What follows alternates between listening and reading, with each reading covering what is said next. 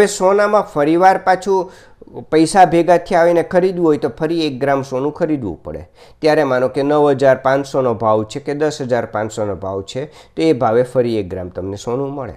એવી જ રીતે મ્યુચ્યુઅલ ફંડમાં એક વખત 5,000 રૂપિયાનું તમે ઇન્વેસ્ટમેન્ટ કર્યું, ફરી ખરીદવું છે તો યુનિટનો જે ભાવ હોય એ પ્રમાણે તમે ફરી ખરીદી શકો. હવે સોનામાં 1 ગ્રામ રૂપિયા પ્રમાણે તમારે ઇન્વેસ્ટમેન્ટ થતું જતું હોય. મ્યુચ્યુઅલ ફંડમાં પહેલી વખત કોઈ પણ સ્કીમમાં ઇન્વેસ્ટ કરો તો મિનિમમ 5,000 રૂપિયાની જરૂર પડે. એક વખત ઇન્વેસ્ટ કરી લીધા પછી ફરી એડિશનલ પરચેસ કરવી હોય તો 1,000 રૂપિયાની એડિશનલ પરચેસ થઈ શકે. એક સ્કીમમાં યુનિટનો ભાવ 50 રૂપિયા, તો 20 યુનિટ 1,000 રૂપિયામાં આવે.